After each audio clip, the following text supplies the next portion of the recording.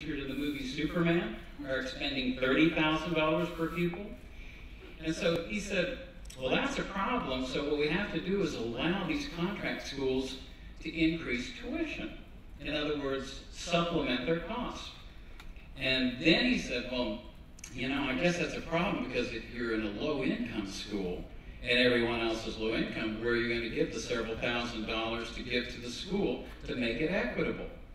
And his solution was, we'll have a rebate program, a tax rebate program. So if you enroll your child in a low-performing school, like Harper Elementary, then you'll get $7,000 or $8,000 rebate that will go to that school to compensate for what the difference it actually costs to educate the child.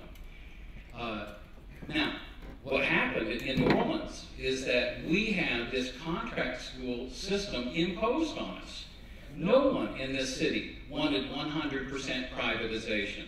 Not to bring New Orleans back, Commission people. I don't know a single person publicly that wanted it.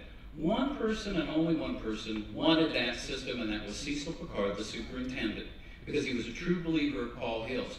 He left out one important point, which is that if you set up a school and you tell it that they have to educate children and you have fixed costs and you don't allow them to raise the price so they can recover their costs, what do?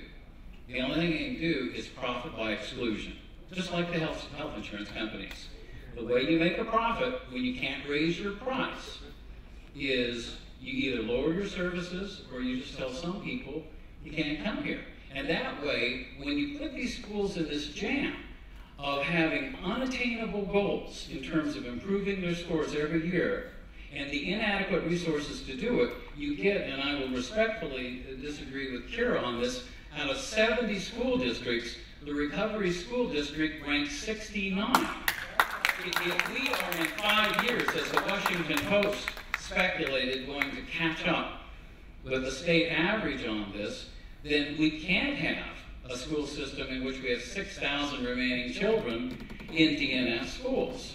And we can't have a system that makes it a financial incentive to constantly push children out who, when I say 5 years, 6 years later, when I looked at those scores at McDonough 32, and you had 93% of the children fail, those kids are 15 and 16-year-olds today. And do you think that any of those children can read and write? Do you think that any of those children are not paying the price, that they were deprived of an education so that someone could create a dog and pony model school by concentrating the best students in one school and leading the journalists by the nose to that school and away from the other school? Thank you, Kevin.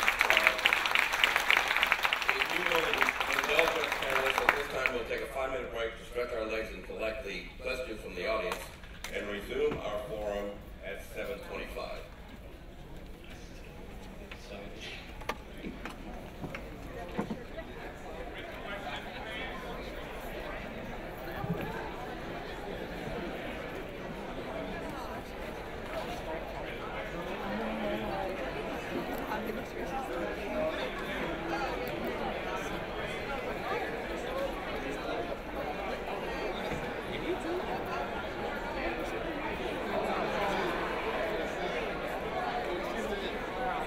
Folks, if you could pass your written questions to either aisle so that we can collect them, we appreciate it.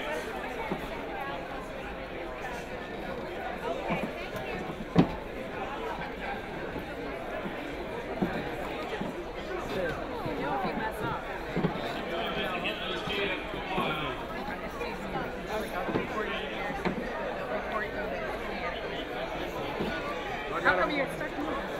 I'm getting paid. It's cool by me. As long as I'm getting paid.